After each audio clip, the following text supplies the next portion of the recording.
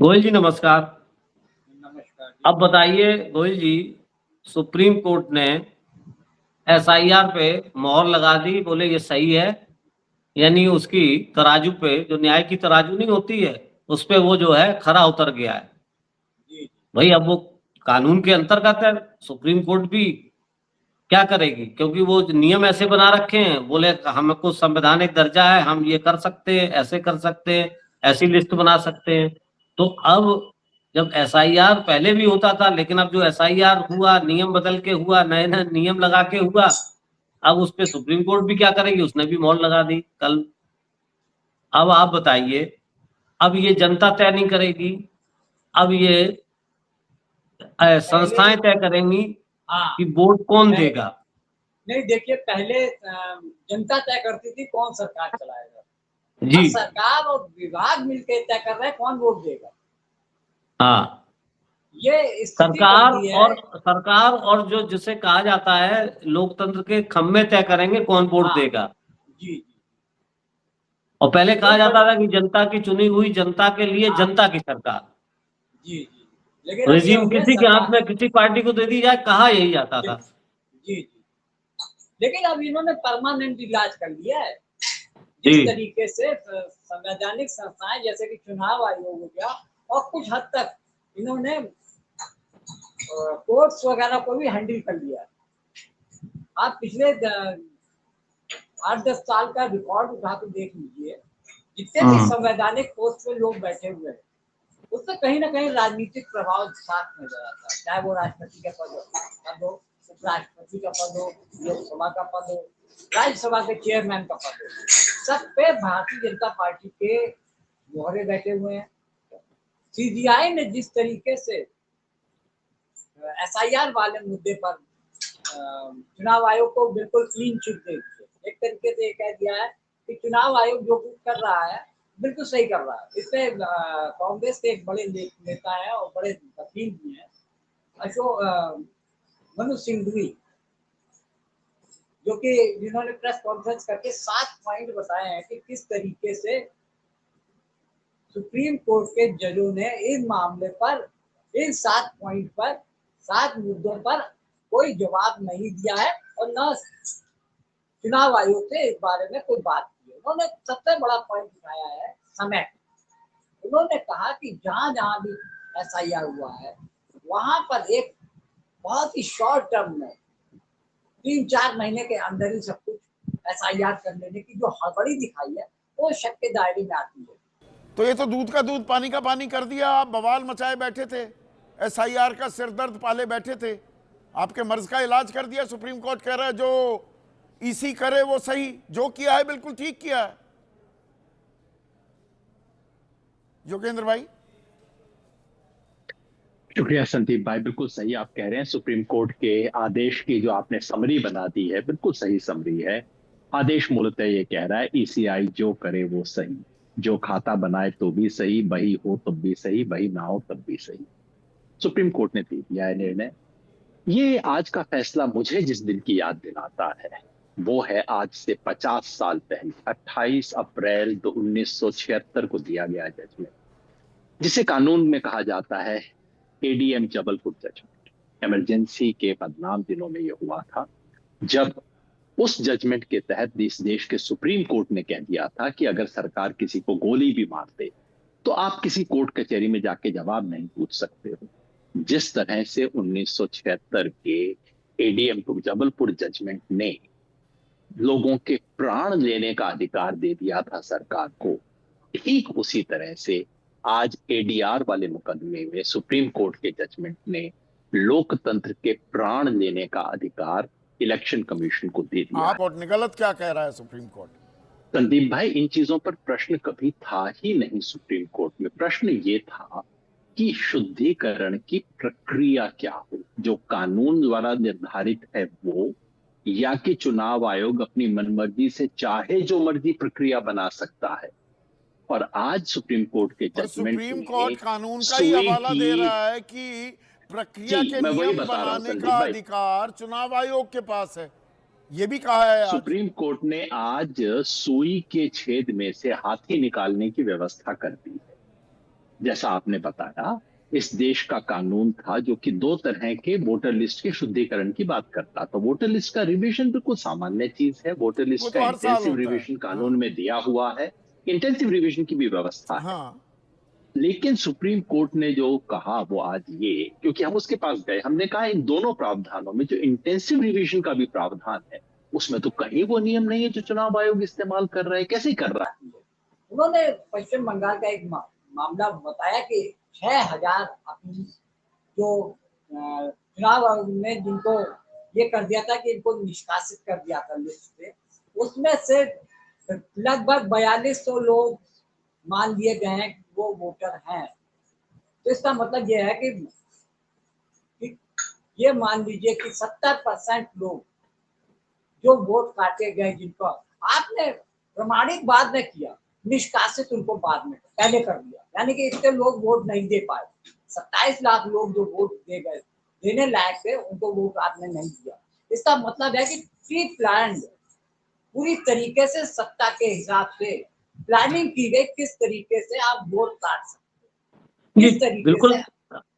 आप बिल्कुल सही कह रहे हैं गोयल जी। चाहे बिहार चुनाव हो और चाहे बंगाल चुनाव हो, उससे पहले हम हरियाणा चुनाव देख लें, हमें उसमें असर भी दिख रहा है। आपने 40 साल पत्रकारिता की है, हमको भी 30-35 साल हो गए पत्रकारिता करते। हमने कई चुनाव भी कवर किए और हमने मतगणना स्थलों पे जाके अब मैं वो अंतर भी महसूस किया है, वो कि क्या क्या क्या परिवर्तन आए हैं, क्या क्या चुनाव आयोग सुधार के नाम पे क्या क्या परिवर्तन किए हैं। अब सवाल ये उठता है मोहित जी कि नीयत तो वहीं से खराब हो जाती कि एक चुनाव आयोग जिसका एक डंका बजता था, कभी टीएन शेषन एक हुए थे जिससे दहशत में पार्टियां आ जाती थी और गलत करने वाले लोग भी दहशत में आ जाते थे, वो चुनाव आयोग तो वो चुनाव आयोग था। अब शुरुआत तो वहीं से हो गई जब आपका मन साफ नहीं।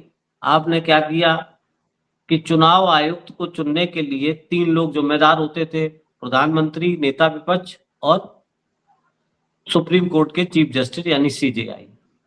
जब मुझे ये समझ में नहीं आता कि सीजेआई को उस पैनल से हटाने की जरूरत क्या पड़ गई। अब आप जो नया आपने संविधान संशोधन कर लिया, उसमें सीजेआई अलग हो गए। अब प्रधानमंत्री, नेता विपक्ष और एक प्रधानमंत्री के द्वारा नामित कोई सीनियर मिनिस्टर, यानी 2 सरकार के हो गए, 1 विपक्ष के हो गए। तो सरकार चाहेगी कि जैसा चुनाव आयोग बने और जैसा वो बनाएगी वैसे चुनाव आयोग काम करेगा, तो मंशा तो वहीं से साफ आ गई। अब रही बात नीचे आने की, वो एसआईआर कराएंगे, वो अपने हिसाब से वोट काटेंगे या जोड़ेंगे। पहले राहुल गांधी ने ये सवाल उठाया कि आपने वोट जोड़ लिए हैं, तो ये जब बात कल खुल गई तो अब वोट काटने का सिस्टम बना लिया और पूरा उन्होंने, चूंकि उनको पता होता है कैसे क्या करना है। और सुप्रीम कोर्ट, अब जैसे योगेंद्र यादव ने इस चीज पे कहा है, जो कि एक सेफोलिसिस्ट हैं, जो चुनाव के विशेषज्ञ माने जाते हैं, उस पर चर्चा के विशेषज्ञ माने जाते हैं, 40 साल का उनका भी अनुभव। उन्होंने अपने वीडियो में सोशल मीडिया पे ये कहा है कि न्यायपालिका का एक हिस्सा भी अब झुक गया है। तो ये बहुत महत्वपूर्ण बात है। इतनी बात, बड़ी बात बोलना, इसको समझना चाहिए। वो सीधे सीधे आरोप है कि एक हिस्सा झुक गया है, यानी कि कुछ दाल में काला है और सब कुछ ठीक नहीं है। तो जब संवैधानिक संस्थाएं ऐसे गिरेंगी गोयल जी, तो क्या होगा आप सोचिए। देखिए राजन जी, जो हालात देश के चल रहे हैं उसमें एक पूरी तरीके से माहौल बना लिया गया है कि अब देश हिंदू राष्ट्र हो गया है। आप जितनी भी घटनाक्रम देखिए, चाहे वो महाराष्ट्र हो, पंजाब, आपका मध्य प्रदेश हो, बीजेपी शासित राज्यों में ये माहौल क्रिएट कर दिया गया है कि अब आप हिंदू राष्ट्र में रह रहे हैं, चाहे किसी भी जाति धर्म के हो। आपको रहना है तो हिंदू जो कहेगा वही करना होगा। आपने महाराष्ट्र वाली घटना देखी होगी, उसका वीडियो काफी वायरल हो रहा है कि एक कॉलोनी में किस तरीके से 50-60 लोग जो जय श्री राम के नारे लगा रहा है, उनके सबसे आगे एक लड़का, उसके हाथ में सुअर होता है, वो ये कह रहे हैं कि इस कॉलोनी के अंदर घुस कर वहां सुअर काटेंगे, अगर ये बकरा काटेंगे तो हम इनके घर के सामने सुअर काटेंगे। पुलिस वहां पर संघर्ष करती नजर आ रही, लेकिन ये देखिए इतनी बड़ी घटना हो रही थी और प्रशासन की तरफ से कोई भी ऐसा कदम नहीं उठाया गया कि जिससे कि पता चले कि देश में क्या सभी जगह पे कायदा कानून या प्रशासन नाम की कोई चीज है। वो बेधड़क होकर कॉलोनी में घुस रहे हैं, 50-60 लोग एकदम से एक आतंक का माहौल क्रिएट कर रहे हैं। और ऐसे में मीडिया इसको लगता है दिखाएगा, मीडिया भरपूर दिखा रहा है। मीडिया अपनी टीआरपी के लिए इसको दिखाएगा, लेकिन आप सोचिए कि जो असली मुद्दे हैं वो छिप जाएंगे। बस बिजली यही की तो समस्या चाहती है, महंगाई है, बेरोजगारी है, सरकार। ये समस्या नहीं रह जाएगी, समस्या सुअर और गाय हो जाएगा। जी जी, देखिए आप यही सोचिए चाहती हम है कहाँ सरकार। खड़े। हाँ, सरकार यही चाहती है कि ऐसे मुद्दे खड़े कर दो जो आदमी के मौलिक सिद्धांत है, जो कि मौलिक आवश्यकता है, उसको लोग नजरअंदाज कर दे। पेट्रोल, डीजल, सीएनजी के रेट बढ़ा दिए, एलपीजी के रेट आदमी बढ़ा हाँ दिए, सोचे ही ना पाए, अब वो उधर नए सोचे। मुद्दे डाइवर्ट कर रहे हैं। अब नमाज हो गया, बकरीद हो गई, बकरा हो गया, सुअर हो गया, अब इस मुद्दे में जनता को उलझा दो। जो असली मुद्दे हैं, महंगाई है और देश के जो कायदा कानून है, जो संघीय ढांचा है, जो किसी को स्वतंत्रता और उसको न्याय दिलाने की बात होती है, अब आप देखिए किस तरीके से सुप्रीम कोर्ट का माहौल बदलता जा रहा है कि किस तरीके से सीबीआई सरकार के पक्ष में डिसीजन देते जा रहे हैं। आपको मालूम है कि अभी तो एक दिन पहले ही सुप्रीम कोर्ट में पीएम केयर फंड को लेकर एक अर्जी लगाई गई। वहां पे सीधे सीधे सीबीआई ने साफ मना कर दिया, कह दिया कि तो पीएम केयर फंड के अलावा कोई भी सुनवाई नहीं की जाएगी। आपको क्या दिक्कत है? सीधे सीधे उन्होंने कहा जाइए आप हरियाणा में कपड़े बेचिए, ऊनी कपड़े बेचिए। तो इसका मतलब साफ साफ एक अडानी के मामले में उन्होंने एक दिया, कहने लगे कि अब तो बहुत देर हो चुकी है, सब कुछ हाथ से निकल चुका है, अब हम कुछ नहीं कर सकते। यानी कि सरकार के आगे पूरी तरीके से सरेंडर सुप्रीम कोर्ट नजर आ रहा है। ऐसे तो में कहाँ जाएगा अब आम आदमी गोयल जी, बताइए कि बताइए जब किसी को उम्मीद, ये समझिए कि देश में अगर किसी को न्याय व्यवस्था पर लोग मानते थे कि न्यायाधीश एक भगवान के रूप में होता है, उसको आम आदमी को एक चिंता रहती थी कहीं से न्याय नहीं मिलेगा लेकिन कोर्ट से न्याय मिल जाए। लेकिन आज कोर्ट में न्याय मांगने की कितनी ज्यादा कीमत चुकानी पड़ती है, ये तो आपसे छिपी नहीं होगी। जिस अभी तरीके तक से कम, बिल्कुल सही कह रहे हैं, अभी तक कम से कम न्यायालय पे आदमी को भरोसा था कि चलिए हमारी शासन प्रशासन नहीं सुनेगा, नेता नहीं सुनेगा, तो हम कोर्ट चले जाएंगे, कोर्ट में हमारी सुनवाई हो जाएगी। है कि कितना बड़ा जरायम पेशा के लिए, कितना भी जघन्य अपराध कर लीजिए, अगर आपके पास राजनीतिक रसूख है, पैसा है, तो आपका कुछ नहीं होने वाला। सीधा सीधा आप नमूना देख सकते हैं राम रहीम का, मर्डर और बलात्कार का अपराधी है, वो सजा काट रहा है, 16वीं बार उसको पैरोल मिल गई है, 1 महीने के लिए वो फिर से बाहर आ गया। जेल में न जाने लाखों की संख्या में लोग आरोपी बंद हैं, लेकिन उनकी सुनवाई तक नहीं हो रही है, उनकी चार्जशीट फाइनल नहीं हो रही है। तो ऐसे में आदमी आरोप के चलते जेलों के अंदर मर खप जाएगा, लेकिन अरे सजा से सुनने ज्यादा वाला तो वो आरोप में जेल में जिंदगी काट लेता है। जितनी हाँ, सजा होनी है बाद में पता चलता जी है निर्दोष है, उससे ज्यादा जेल में सजा काट लेता है। यहाँ सजा याफ्ता पैरोल 16वीं बार आ रहे हैं, आप बता रहे हैं। तो स्कैन होगा, एक संस्था को काम दिया गया। आप सोचिए कि 17-18 लाख, 17.68 लाख, यानी 18 लाख के करीब छात्रों का भविष्य, मतलब उस पर कोई बिल्कुल, मतलब ये देखना ही नहीं कि उसमें क्या हो रहा है, उसकी लीक प्रूफ होनी चाहिए। और जो व्यवस्थाएं बनती है किसी एक छात्र के साथ भी खिलवाड़ ना हो। आप सोचिए कि 4 लाख लोगों ने अपनी कापियों के पुनर्मूल्यांकन के लिए फॉर्म भरा है, 12वीं के जी जी छात्रों ने। 11 लाख कापियां, यानी कि 18 लाख छात्रों में 11 लाख कापियां जांची जाएंगी, दोबारा से स्कैनिंग होंगी और उसमें कमियां निकल रही। वो कह रहे हैं हमने जो लिखा था वो हमारी कापी का नंबर ही नहीं दिया गया, हमको स्कैन ही नहीं किया गया। तो ये खामियां, ये गड़बड़ियां, और ये किसी छात्र का भविष्य खराब कर देंगी।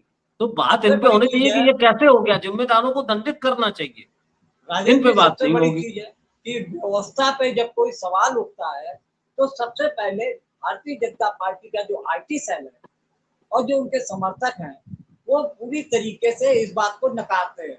फिर जो सवाल उठता है, सवाल उठाने की कोशिश करता है, उसको सबसे पहले देशद्रोही बता दिया जाता है, पाकिस्तानी बना दिया जाता है।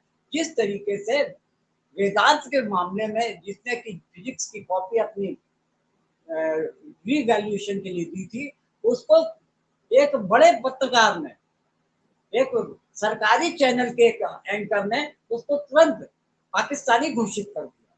ये बात जी। क्लियर है कि जब दबाव पड़ा तब उसने काफी काम किया। ये तो आप उसकी बताइए महानता में गिन लिया कितना जाएगा घिनौना कि और उन्होंने कितना माफी ऊंचा मांगी। काम है सर, कितना ऊंचा काम है। सवाल मत कीजिए सरकार से, आप सरकार से सवाल करेंगे तो आप सबसे पहले आप देशद्रोही हो जाएंगे। ये एक मानसिकता पैदा कर दी गई पूरे देश में, ये एक मानसिकता कर दी कि सत्ता जो है जिसके पास है वही देश है। ये लोगों के दिमाग में भर दिया गया है। प्रधानमंत्री मोदी देश मालिक है और सरकार देश है। जो इनके खिलाफ में बात नहीं, सरकार देश वो नहीं है, देशद्रोही होता प्रधानमंत्री खुद देश है। है। हाँ, प्रधानमंत्री की आलोचना देश की आलोचना हो जाती है, वो कोई पॉलिटिकल पर्सन नहीं है। ऐसा मन मस्तिष्क बना दिया गया है।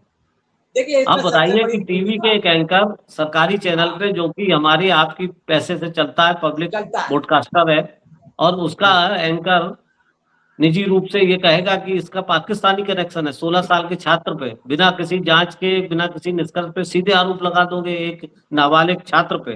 मतलब आप कितने गिर गए, कितनी चरण चौपन करेंगे, कोई सीमा नहीं। सोचिए आप। देखिए चरित्र के मामले में तो अब किसी भी संस्था के ऊपर नहीं कहा जा सकता। जब चौथा स्तंभ कहा जाता था मीडिया को, वो जी, पूरी तरीके से लमलेट है, वो बिल्कुल ध्वस्त हो नतमस्तक गया। है, उसका अपना सेल्फ हो चुका है, सब कुछ पैसा हो चुका है। तो ऐसे में और दूसरी तरफ लोग न्याय को ये मानते थे न्यायालय भगवान का घर होता है, भगवान के बाद दूसरा व्यक्ति न्यायाधीश होता है। जब उसने अपने सारे हथियार डाल दिए हैं तो अब आप किसी पे भी विश्वास नहीं कर सकते कि उसे आम आदमी को न्याय मिलने की कोई उम्मीद दिखती नहीं है। एक तो वो बहुत ही असहाय होता है, गरीब होता है, इन सब लोग को न्याय कौन दिलाएगा? जिसके जेब में दम है वो तो सुप्रीम कोर्ट, हाई कोर्ट जाके लड़ लेता है। एक गरीब आदमी जो कि रोजी रोटी करने के लिए परेशान है, वो बेचारा कितने दिन तक कोर्ट कचहरी करेगा? वो कंट्रोल हो गया, वो कहेगा नहीं। अब एक उम्मीद बची थी न्यायपालिका से, तो वो भी अब आपके सामने है कि उसका एक हिस्सा दरक गया है, जैसे कि बुद्धिजीवी लोग हम आप उस चीज को महसूस कर रहे हैं। बहुत बहुत धन्यवाद जी जनाब, बातों बातों में आज इतना ही। कल फिर मिलते हैं किसी अन्य मसले पे।